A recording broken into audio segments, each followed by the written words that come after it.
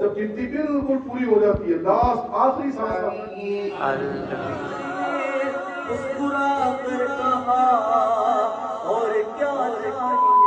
ورحمۃ اللہ، میرا نام محمد عمر رضا اور آپ دیکھ رہے ہیں یوٹیوب چینل عمر رضا ٹریول ولاگ. اور آج کا ولاگ ہمارا بڑا زبردست ہونے والا ہے. آج ہم ہیں مدنی مرکز بہاولپور عباسیہ ٹاؤن میں، اور آج دعوت اسلامی کا سنت و بھرا اجتماع ہے، جس میں انشاءاللہ ہم ہمارے فیوریٹ نگران ملتان ڈویژن محمد صدر اتاری انشاءاللہ سنت و بھرا بیان فرمائیں گے.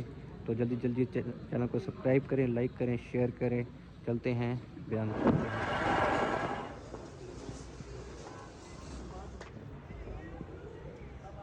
تعلمون من هو في ضلال مبين قل أرأيتم إن أصبح ماؤكم غورا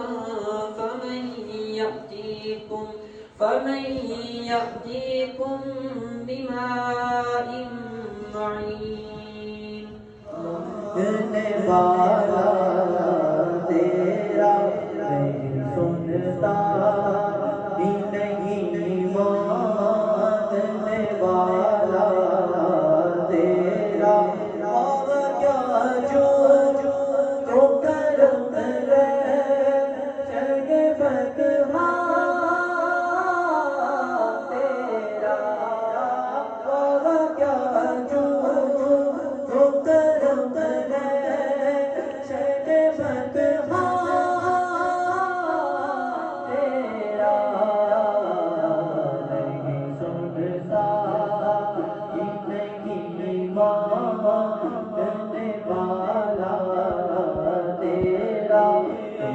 کرو مہربانیاں یا نبی، بس مدینے کا غم چاہیے اور کچھ نہ خدا کی قسم چاہیے. یار نے مسکرا کر کہا اور کیا چاہیے، وہاں کیا جو کرم ہے مالک کے قدیر.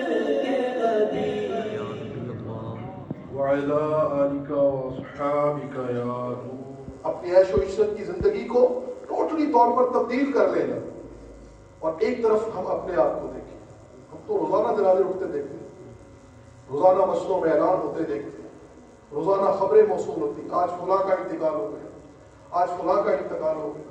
ہم اپنے غور کریں، اپنی زندگی میں 20 جنازے پڑے ہوں گے، کئی مردوں کو اپنے ہاتھوں سے قبر میں اتارا ہوگا، لیکن کیا ہم نے اس شہزادے کی طرح کبھی عبرت پکڑی؟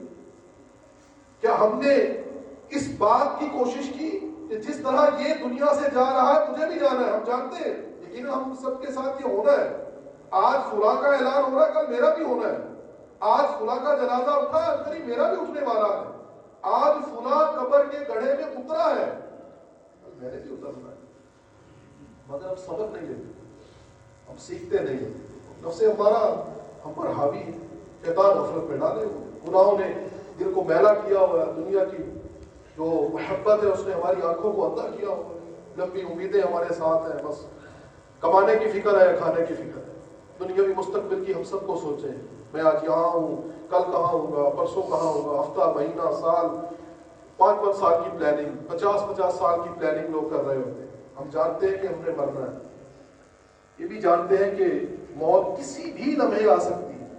اس کے باوجود ہمارے دل میں یہ خیال، ابھی تو بچوں کی شادیاں کرنی ہے، پھر دادا نانا بننا ہے، پھر بڑھاپا آنا ہے، پھر کہیں جا کر موت آنی ہے. یعنی ایک غفلت بھرا خیال میرے اور آپ کے دل میں ہوتا ہے. اور یہ لمبی امیدیں یہ انسان کو اصل میں اچھے اعمال سے دور رکھتی ہیں.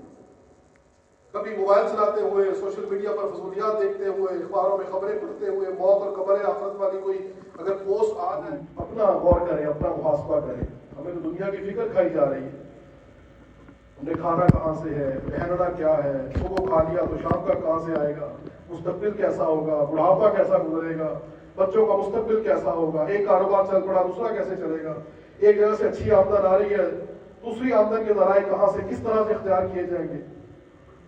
اس طرح کی سوچیں تو ہمارے شیڈول میں شامل ہے.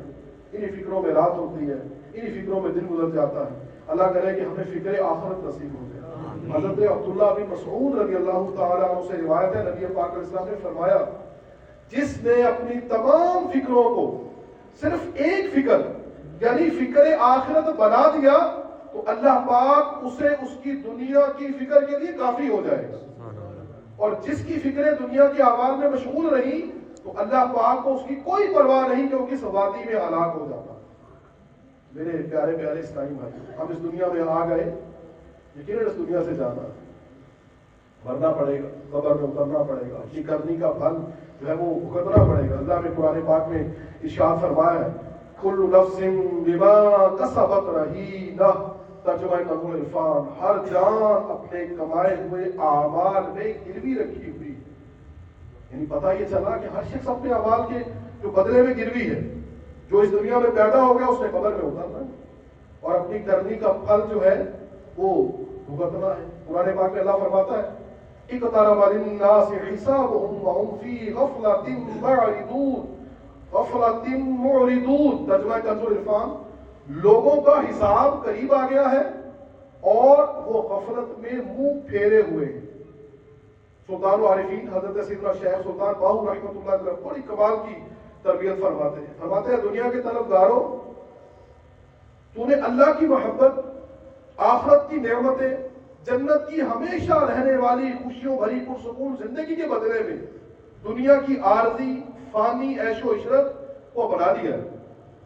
تجھے یہ مشورہ ہے اور یہ تسلی جو ہے یہ کس نے دی ہے؟ اور یہ مشورہ دینے والا اور تسلی دینے والا تمہیں نقصان میں ڈال رہا ہے. تیری یہ دنیاوی زندگی کیا ہے؟ یہ ایسے گزر جائے گی جیسے پانی میں پتاسا گھل جاتا ہے. پتاسا ایک قسم کی مٹھائی ہوتی ہے جو وہ پانی میں کیسے گھل جاتی ہے. پھر تجھے تنگ و تاریخ قبر میں لکھا دیا جائے گا، وہاں تو کروٹ بھی خود نہیں بدل سکے گا. پھر مالک حقیقی اللہ تبارک و تعالیٰ تجھ سے ایسا حساب طلب کرے گا جس میں کوئی معمولی سی بھی کمی بیشی نہیں ہوگی. تجھے زندگی کے ایک ایک لمحے کا حساب دینا پڑے گا. اور غور کریں میرے پیارے اسلامی بھائیوں، وہ دن کیسا بے بسی کا دن ہوگا، کیسی بے کسی ہوگی.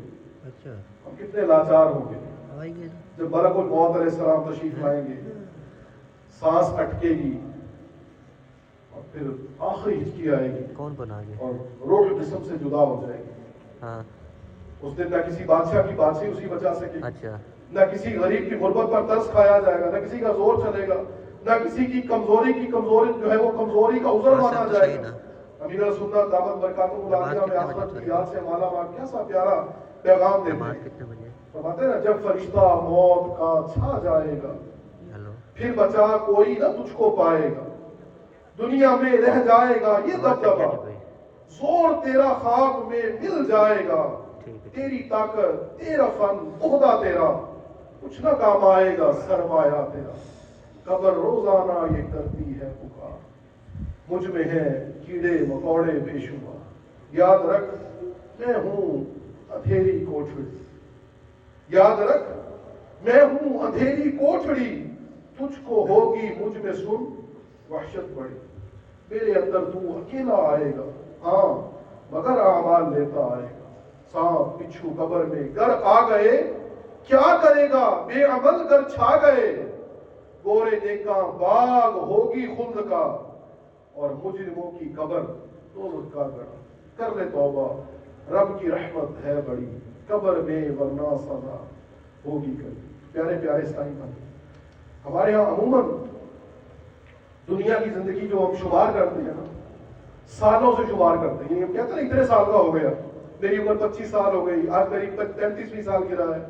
اچھا اگر کسی سے پوچھ لیں کہ آپ کو دنیا میں آئے ہوئے کتنے مہینے ہو گئے تو شاید ہمیں پتہ نہیں ہوگا کتنے مہینے ہو گئے. اگر پوچھ لیا جائے کہ آپ کو دنیا میں آئے ہوئے کتنے دن گزر چکے ہیں تو شاید اربوں کی آبادی میں سے کوئی چند لوگ شاید بتا سکیں کہ کتنے دن، بلکہ ایک دو لوگ شاید بتا سکیں کتنے دن ہو چکے ہیں. اگر گھنٹے اور منٹ پوچھ لیں کہ آپ کو دنیا میں آئے کتنے گھنٹے گزر گئے، کتنے منٹ گزر گئے، اس کی خبر تو شاید ہی کسی کو ہوگی. مگر یاد رکھیے میرے پیارے اسلامی بھائیوں، اللہ کے ہاں ہماری زندگی کا شمار سالوں سے نہیں کیا جاتا، مہینوں سے نہیں کیا جاتا، دنوں گھنٹوں ایون کے منٹوں سے بھی نہیں کیا جاتا، بلکہ رب کی بارگاہ میں ہماری زندگی کا شمار سانسوں سے کیا جاتا. یعنی ہم یہ گنتی کرتے ہیں نا، مجھے دنیا میں آئے اتنے سال ہو گئے، رب کی بارگاہ میں یہ گنتی ہے کہ اس نے دنیا میں اتنے سانس لے لی ہے، سانسوں کی گنتی ہے۔ اور قرآن کہتا ہے انما نعد لهم عدا، ہم تو ان کے لیے گنتی کر رہے ہیں۔ اور مفسرین نے لکھا ہے، یہ تفسیر در منصور میں آتا ہے اس آیت کے تحت، کہ وہ سانسیں جو بندہ دنیا میں لیتا ہے ان سانسوں کی گنتی کی جا رہی ہے اللہ کی بارگاہ میں۔ اب غور کریں کتنی عبرت کی بات ہے۔ مختلف رپورٹس کے مطابق بتایا جاتا ہے کہ ہم ایک دن کے اندر تقریباً 17,000 سے لے کر 30,000 کے درمیان سانسیں لیتے ہیں۔ 17,000 سے 30,000 کے درمیان ایک نارمل انسان یہ ایک دن میں سانس لیتا ہے۔ اب غور کریں، اب تھوڑا کیلکولیشن کریں، حساب کتاب کریں۔ ہم موبائل میں مصروف تھے، کتنی سانسیں اس میں لگی؟ ہم دوستوں کے ساتھ ایسے فضول گپوں میں لگے ہوئے تھے، کتنی سانسیں وہاں خرچ ہو گئی؟ ہم فضولیات میں مگن تھے، گناہوں میں لگے ہوئے تھے، سیر و تفریح کے نکلے، صبح نکلے، رات کو واپس آئے۔ اب ہمارے ذہن میں ہوتا کیا ہے کہ میں نے کو بہت وقت نہیں دیا، میرا زیادہ وقت ایک دن تو دیا، بس میں نے صرف ایک دن میں نے تفریح کی ہے، چند گھنٹے خوش گپیاں کی ہے، ابھی آدھا گھنٹہ موبائل استعمال کیا ہے۔ ہم یوں دنوں اور گھنٹوں کی گنتی کر رہے ہوتے ہیں، مگر اللہ کے ہاں یہ سانسوں کی گنتی ہو رہی ہے۔ وہاں یہ شمار ہے اس بندے نے کتنی سانسیں فضولیات میں گزار دی، کتنی سانسیں سوشل میڈیا کی نظر ہو گئی، کتنی سانسیں فضول قسم کی سوشل میڈیا پر پوسٹیں دیکھنے میں گزر گئی ہماری، کتنی سانسیں گناہوں میں بسر کی، کتنی سانسیں نیکیوں سے ہٹ کر، اللہ کی فرما برداری سے ہٹ کر دنیاوی لذتوں میں سانسیں گزر گئی۔ اب میں آپ ہم سب اپنا حساب لگائیں، غور کریں، اپنی سابقہ زندگی پر غور کریں، ہمیں پتہ لگے گا کہ زندگی کی کتنی قیمتی سانسیں تو ہم نے ایسے ہی گوا دی۔ حضرت ابن سباق رحمۃ اللہ تعالی علیہ، آپ کے سامنے قرآن پاک کی جب یہ آیت پڑھی تھی جو بھی میں نے پڑھی ہے، انما نعد لهم عدا، آپ نے فرمایا کہ جب سانسیں گنتی کی ہیں اور ہوتی بھی مختصر ہیں تو پھر تو یہ معاملہ جلد ختم ہو جائے گا۔ ایک خود فرماتے ہیں کہ تم اس زندگی پر خوش کیسے ہو سکتے ہو جسے ہر سانس کاٹتی چلی جا رہی ہے۔ امام حسن بصری رحمۃ اللہ فرماتے ہیں جلدی کرو جلدی، تمہاری زندگی کیا ہے؟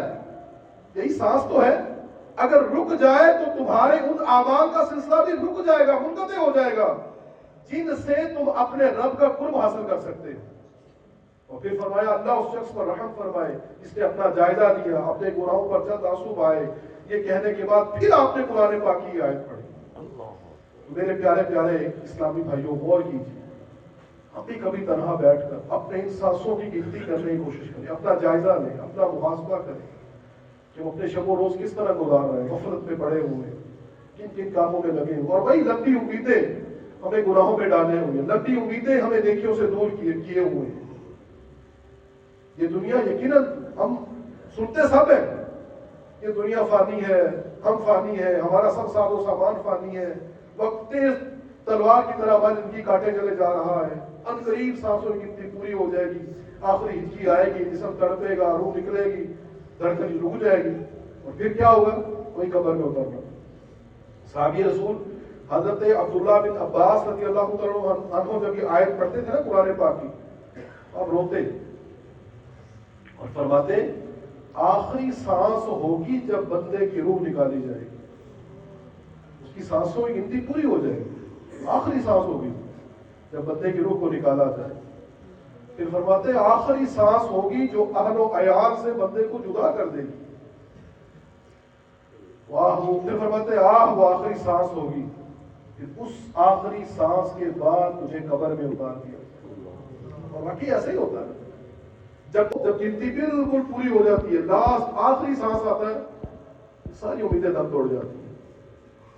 تو میرے پیچھے اور پیارے اسلام، اس سے پہلے کہ وہ موقع آئے، میری اور آپ کی وہ آخری سانس آئے، اس سے پہلے ہم اپنے آپ کو غفلت سے بیدار کریں۔ دنیا واقعی دھوکے کا گھر ہے، ہمیں اس دھوکے سے نکل کر آخرت کی تیاری میں اپنے آپ کو مصروف کرنا ہے۔ قرآن کہتا ہے اے لوگوں بے شک اللہ کا وعدہ سچا ہے، تو ہرگز دنیا کی زندگی تمہیں دھوکہ نہ دے۔ حضرت عبداللہ ابن عمر رضی اللہ تعالی عنہ نے ایک شخص کو نصیحت کی اور فرمایا بھائی جانتے ہو کہ موت تمہارے سامنے اچانک آ جائے گی، نہ جانے تمہارے پاس صبح آ جائے یا شام، رات کو آ جائے یا دن کو، پھر ہولناک قبر اور منکر نکیر کا سامنا ہوگا، اور پھر قیامت کا وہ دن جس میں باطل پرستوں کو خسارہ ہی خسارہ ہوگا۔ تو میرے پیارے پیارے اسلامی بھائیوں، غور کیجیے، موت آنے والی ہے، ہم یہاں سے سمجھنے جانے والے ہیں، اور یاد رکھیے ہم ایک ہی بار آئے ہیں اور ایک ہی بار یہ سانس ٹوٹ گئی، ہم موت کے راستے قبر میں اتر گئے، پھر واپس پلٹ کر نہیں آئیں گے۔ حضرت ابو زکریا رحمۃ اللہ علیہ فرماتے ہیں خلیفہ سلیمان بن عبد الملک مسجد حرام میں موجود تھے، تو اس کے پاس ایک پتھر لایا گیا، اس پتھر کے اوپر کچھ چیز لکھی گئی تھی، آپ نے اس شخص کو بلانے کو کہا جو اس کو پڑھ سکے، چنانچہ مشہور تابعی بزرگ حضرت وہاب رحمۃ اللہ علیہ تشریف لائے اور اسے پڑھا۔ اس پر لکھا ہوا تھا، ابن آدم اگر تو اپنی موت کے قریب ہونے کو جان لے تو لمبی لمبی امیدوں سے کنارہ کر کے اپنے نیک عمل میں زیادتی کا سامان کرے اور حرص و لالچ اور دنیا کمانے کی تدبیریں کم کر دے۔ یاد رکھ اگر تیرے قدم پھسل گئے تو قیامت کے دن تجھے ندامت کا سامنا ہوگا، تیرے اہل و عیال تجھ سے بیدار ہو جائیں گے، تجھے تکلیف میں مبتلا چھوڑ دیں گے، تیرے ماں باپ اور عزیز و احباب تجھ سے جدا ہو جائیں گے، تیری اولاد اور تیرے قریبی رشتہ دار تیرا ساتھ نہیں دیں گے، پھر نہ تو لوٹ کر دنیا میں آ سکے گا نہ نیکیوں میں اضافہ کر سکے گا۔ پھر ایک چیز ہوگی، حسرت اور حسرت۔ تو چاہے گا کہ میں کچھ کر لوں، کوئی نیک عمل کر لوں، لیکن اس وقت کوئی نیک عمل نہیں کر سکے گا، آخرت کے لیے کچھ بھی اکٹھا نہیں کر سکے گا۔ عقل مند میرے پیارے اسلامی وہ ہے جو اپنی پچھلی زندگی کا جائزہ لے، اپنے گناہوں پر شرمندہ ہو، اپنے رب کی بارگاہ میں سچی توبہ کرے، زیادہ دیر زندہ رہنے کی امید ہمیں کہیں دھوکے میں نہ ڈالے۔ بس ہم اپنے آپ کو قبر و آخرت کی تیاری کے لیے جلد سے جلد تیار کر لیں، نیک اعمال میں لگ جائیں، دولت، مال، اہل و عیال کی محبت یہ ہم سے کہیں نیکیاں نہ چھڑوا دیں، ہمیں یہ گناہوں میں نہ کہیں ڈال دیں کہ ان سب کا ساتھ تو صرف دم بھر کا ہے۔ جیسے ہی ہماری سانسوں کی گنتی پوری ہوگی، آخری سانس آیا، اب ان ساری چیزوں کا ساتھ ختم ہو جائے گا۔ نیکیاں قبر میں کام آئیں گی، آخرت میں کام آئیں گی، بلکہ دنیا میں بھی کام آئیں گی انشاءاللہ۔ حضرت اسمعی رحمۃ اللہ تعالی بہت بڑے اللہ کے ولی نیک بزرگ ہیں، آپ عبرت کے لیے قبرستان جایا کرتے تھے، عبرت حاصل کرنے کے لیے، اور وہاں پر قبروں کی تختیاں پڑھا کرتے تھے۔ اس دور میں قبروں کی تختیوں پر بھی بڑے عبرت والی باتیں لکھی ہوتی تھی۔ آج کل تو بعض بات ہمارے عہدے لکھے ہوتے ہیں دنیاوی طور پر، بعض کی ڈگریاں لکھی ہوتی ہیں، اس دور کے کتبے بھی بڑے عبرت والے ہوتے تھے۔ تو آپ نے ایک قبر پر تختی دیکھی، اس پر کیا لکھا ہوا تھا؟ خبردار، ہماری قبر کے پاس سے گزرنے والے کے لیے بڑی تھوڑی مدت ہے، وہ ان چیزوں سے بہت زیادہ غافل ہے جو ہمیں پہنائی گئی ہیں، ان قریب ایک دن وہ اپنی غفلت کی وجہ سے شرمسار ہوگا جیسا کہ ہم اپنی غفلت کی وجہ سے آج شرمندہ ہے۔ ایک اور تختی دیکھی، اس پر لکھا ہوتا ہے لوگوں میری بہت سی امیدیں تھیں، میری بہت ساری امیدیں تھیں، مگر موت نے مجھے ان تک پہنچنے کی مہلت ہی نہیں دی۔ بس جو شخص اللہ سے ڈرتا ہے اللہ اسے دنیاوی زندگی میں نیک اعمال کی توفیق عطا فرماتا ہے۔ صرف مجھے یہ یاد نہیں رکھا گیا، بلکہ تو دیکھے گا کہ جدھر مجھے بھیجا گیا ہے ہر ایک کو ادھر ہی منتقل کیا جائے گا۔ ایک اور قبر پر لکھا ہوا تھا، اے گزرنے والے ذرا ٹھہر جا، عبرت حاصل کر، ان قریب تجھے بھی اس مقام میں اترنا ہے۔ یہ ایسا مکان ہے کہ جس میں عزت و ذلت والے سارے کے سارے برابر ہیں۔ اللہ۔ ایک اور قبر کے کتبے پر لکھا ہوا تھا، برے آخر سے غافل ہو کر ان قبروں کے درمیان چلنے والے میرے قریب آ، میں تجھے اپنے حالات سے باخبر کروں، مجھ سے بہتر اپنے حالات کی خبر تجھے کوئی نہیں بتائے گا۔ میں مردہ ہوں جیسا کہ تو دیکھ رہا ہے، مجھے بنجر اور چٹیل میدان میں ڈال دیا گیا ہے، اپنے پڑوسیوں گھر والوں کے باوجود میں اس ویران گھر میں اکیلا ہوں، نیکیاں اور گناہوں کے علاوہ قبر میں میرے ساتھ کوئی نہیں ہے۔ اس طرح تجھے بھی قیامت والے دن تک کے لیے یہاں رکھا جائے گا، لہٰذا مجھ سے عبرت حاصل کر، ورنہ تیرا حال بھی وہ ہوگا جو میرا ہوا ہوگا۔ میرے پیارے پیارے اسلامی بھائیوں، یہ نصیحتیں واقعی ہمارے لیے کافی اتنی سچی باتیں ہیں اللہ اکبر. ہمارے پاس بھی وقت بہت کم رہ گیا ہے.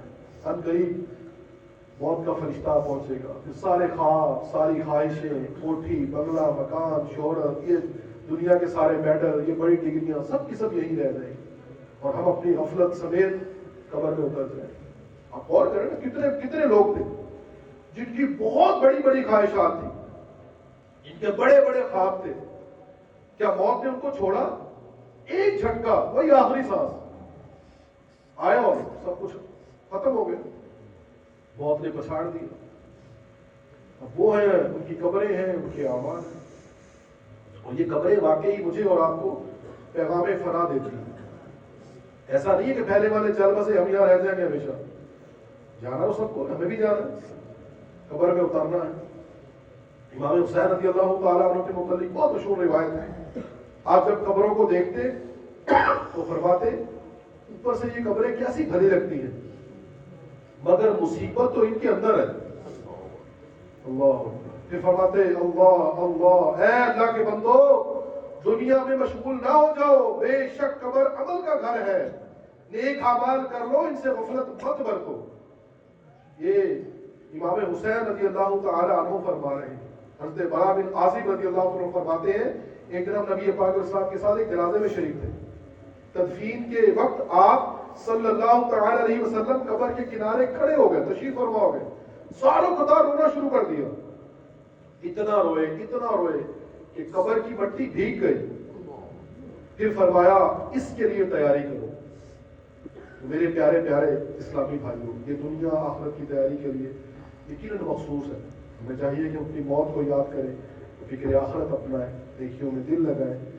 ایک کام ہے وہ اگر ہم کر لیں تو شاید ہمارے سارے مسئلے حل ہو جائیں. اور وہ ایک کام ہے موت کو یاد کرنا. ہمارے یہاں بدقسمتی کے ساتھ موت کو یاد کرنا اچھا نہیں سمجھا جاتا.